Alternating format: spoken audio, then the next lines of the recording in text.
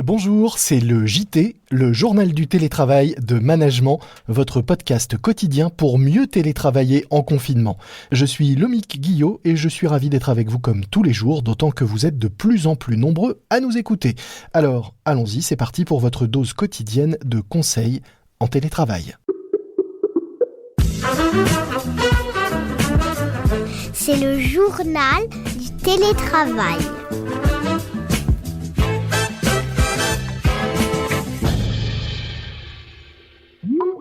Aujourd'hui, j'accueille Célika Tellier, cofondatrice de Choose My Company. Choose My Company, c'est une start-up qui réalise depuis 2011 des classements d'entreprises à partir d'avis de salariés, stagiaires, apprentis et candidats et qui décerne des labels aux meilleurs employeurs.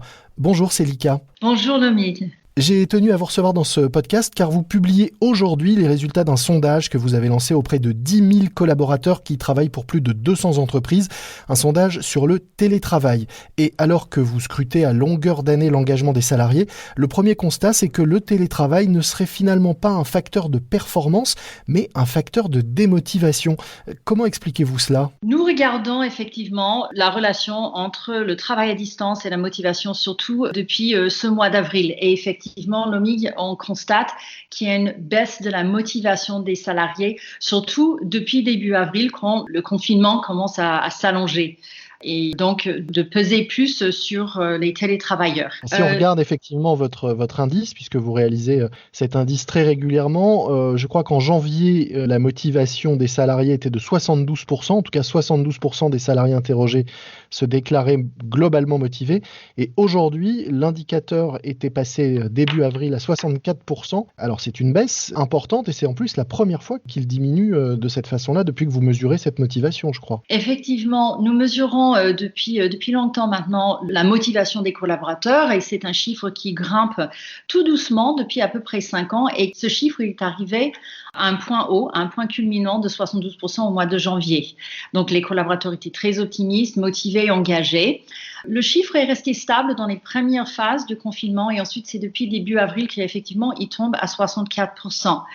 On a plusieurs explications à ça. D'une part, le confinement et donc le fait d'être dans ce travail à distance qui n'est pas un choix pour beaucoup.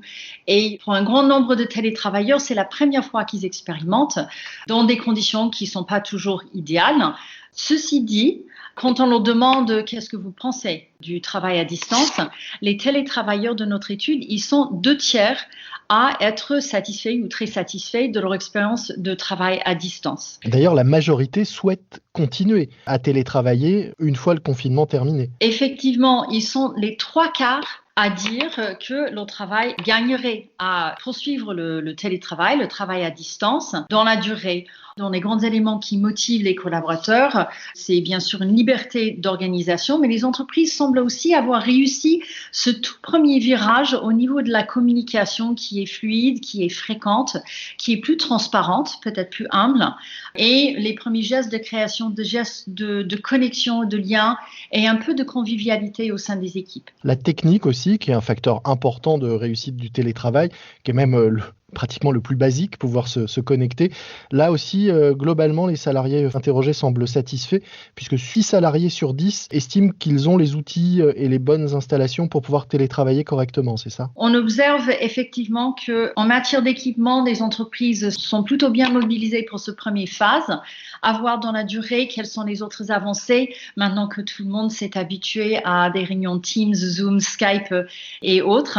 Et on va avancer dans la maturité avec ces modes de communication collaborative. Plus étonnant, les outils sont là, l'envie visiblement est quand même là chez une majorité de salariés. Et pourtant, un certain nombre disent qu'ils ne se sentent pas plus productifs en télétravail, même au contraire. 40% ont des doutes sur le fait que le télétravail favoriserait leur performance.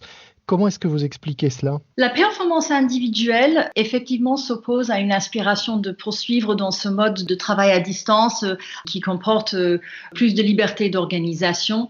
Au cœur de cette performance sont bien sûr des outils, mais se trouve aussi le manager guide. C'est-à-dire que derrière cette baisse de motivation et cette performance relative, on peut peut-être entrevoir le besoin d'un management différent du fait du confinement, mais surtout du télétravail et de ces nouveaux modes de travail à distance. Absolument. Le manager qui peut-être était plus dans une mode de surveillance ou plus de directivité, il aura besoin de passer dans un mode de disponibilité, de présence et de guidage pour ses collaborateurs. Il va avoir besoin de faire plus de points d'étape pour être sûr que le collaborateur qui n'est plus assis dans la pièce à côté de lui, donc il n'observe plus comment est-ce que son collaborateur s'y prend, est-ce qu'il est en difficulté et peut-être il ne le dit pas. Donc il faut qu'il aille plus dans le questionnement, de vérifier est-ce que ça se passe bien et de poser une question que personnellement je trouve très utile et que j'aime beaucoup, qui est comment est-ce que je peux vous aider ? Autre enseignement intéressant et qui interpelle dans votre étude, le profil de ceux qui sont pour et contre le télétravail. On voit en effet se dessiner des catégories pro-télétravail et des anti. Est-ce que vous pouvez nous donner quelques éléments sur ces deux profils qui, en gros, plébiscitent le télétravail et qui continuent à freiner ? Dans les pros, on voit des managers, on voit des collaborateurs expérimentés et on voit des femmes. Les managers et des personnes plus expérimentées sont des personnes qui ont une maturité pour travailler seules, qui ont souvent des rôles plus d'animation au sein d'une équipe par rapport à quelqu'un de plus jeune qui a besoin d'être drivé. Et ensuite, les femmes apprécient et se sentent plus à l'aise avec les modes de communication. Elles arrivent plus facilement à créer de la convivialité, du lien, à se glisser dans un mode d'écoute. Et ensuite, quand on va du côté des plus jeunes, notamment des millennials, oui, ça aussi, c'est une surprise parce qu'on pourrait penser que la génération, les digital natives, comme on les appelle, sont totalement à l'aise avec les outils numériques pour télétravailler, collaborer à distance. Et en fait, ce que montre votre étude, c'est que les collaborateurs les plus jeunes sont finalement peu nombreux ou moins nombreux à apprécier le télétravail que la moyenne. Les personnes qui sont dans les débuts de leur vie professionnelle ont deux besoins. Le premier, c'est un besoin d'un manager qui les guide. Ils sont en pleine construction de leur autonomie et donc la présence managériale est très importante. Le deuxième élément qui touche ces millennials, c'est certes, ce sont des digital natives, mais à côté de ça, l'entreprise joue un rôle social pour eux. C'est un lieu de rencontre, c'est un lieu de convivialité et en fonction des méthodes de travail, c'est un lieu de collaboration. À l'heure actuelle, avec le travail à distance qui est imposé, entre les after-work qui deviennent virtuels, tous les échanges informels et le besoin de travailler en équipe, ils sont perdus. On apprend aussi dans votre étude que tous les métiers ne sont pas égaux face au télétravail et que certaines fonctions ou professions sont plus réticentes à ce travail à distance. Et curieusement, à nouveau, alors qu'on pourrait penser qu'ils sont très à l'aise avec tous les outils, les professions de l'IT plébiscitent beaucoup moins que les autres ce télétravail. Les profils tech travaillent de plus en plus en mode collaboratif. Ils ont l'habitude, surtout quand ils travaillent dans les modes agiles, de résoudre des problèmes ensemble et les relations humaines dans ces méthodes de travail sont très importantes. Et ce sont aussi peut-être majoritairement des hommes dans ces professions qui, on l'a dit, sont plus réticents face au télétravail. Absolument. Les hommes, ils veulent se retrouver au bureau. C'est ce qu'ils nous disent en étude. Au-delà de cette étude, de votre position privilégiée d'observatrice, quelles évolutions vous voyez se dessiner autour de ce travail à distance et de ce télétravail pour demain ? Dans les leçons positives qui ressortent de l'étude, il y en a 3. Le premier, c'est un arrêt du gaspillage du temps et de l'énergie. On est à l'heure pour les réunions. La technologie oblige. Et on ne voyage plus pour se voir. On apprend à décider sans être dans la même pièce. Donc, c'est du temps de gagner. Les salariés disent que le plus grand bénéfice de ce mode de travail, c'est de ne plus perdre du temps dans les transports. Et le matin, avant d'attaquer, on n'a pas vécu toute une autre vie avant même de commencer le travail, que ce soit dans les transports, l'organisation familiale ou autre.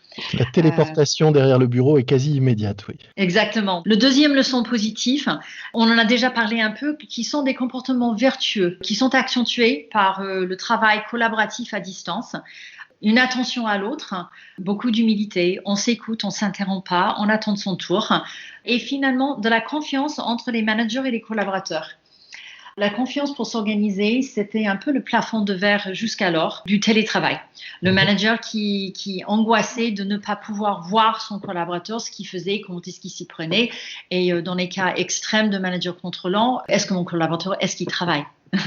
Là, télétravail oblige, le manager est obligé de rentrer dans cette zone et finalement, ça se passe pas si mal. De part et d'autre, ils sont les 3/4 à dire qu'ils arrivent à se faire confiance pour l'organisation de leur travail. Et qu'ils aimeraient éventuellement continuer et poursuivre ce télétravail, peut-être de façon différente, peut-être de façon moins permanente qu'aujourd'hui, mais une fois la période du confinement passée. Merci beaucoup, Célika Tellier. Je rappelle que vous êtes cofondatrice de Choose My Company, qui réalise des classements et décerne des labels d'entreprise à partir d'avis de salariés, stagiaires, apprentis et candidats, et que vous avez donc réalisé cette grande étude sur le télétravail et le confinement, dont on mettra plus d'infos en lien dans les notes de cet épisode. Merci à vous. Merci beaucoup, Lomique. Bonne journée. C'est la fin de notre JT, le journal du télétravail, un morceau que je vous suggère d'ajouter à votre playlist de confinement. Puisqu'on parlait motivation, je vous propose tout simplement d'écouter Motivé du groupe toulousain Zebda. Motivé. Et puis un podcast que je vous recommande, Confinement Blues, c'est un épisode de l'excellent podcast Dépêche d'Arte Radio. Livo, qui chaque semaine découpe les dépêches sonores dans les journaux, est confiné avec son micro et dans cet épisode, il commence à en avoir sérieusement marre. Il bade, dit-il, même à l'approche de la date annoncée du déconfinement. À écouter presque juste pour le plaisir d'entendre Édouard Philippe chanter Déconfinement sur l'air de Tout doucement de Bibi, ou presque. Confinement Blues, un épisode du podcast Dépêche de Arte Radio à écouter sur arteradio.com. Notre podcast, vous le retrouvez sur le site management.fr ainsi que sur toutes les plateformes de podcast. N'oubliez pas de vous abonner pour ne manquer aucun nouvel épisode. Je vous dis à demain, soyez prudents, respectez les consignes et les gestes barrières, restez chez vous, portez-vous bien et bon télétravail à tous. C'est le journal du télétravail.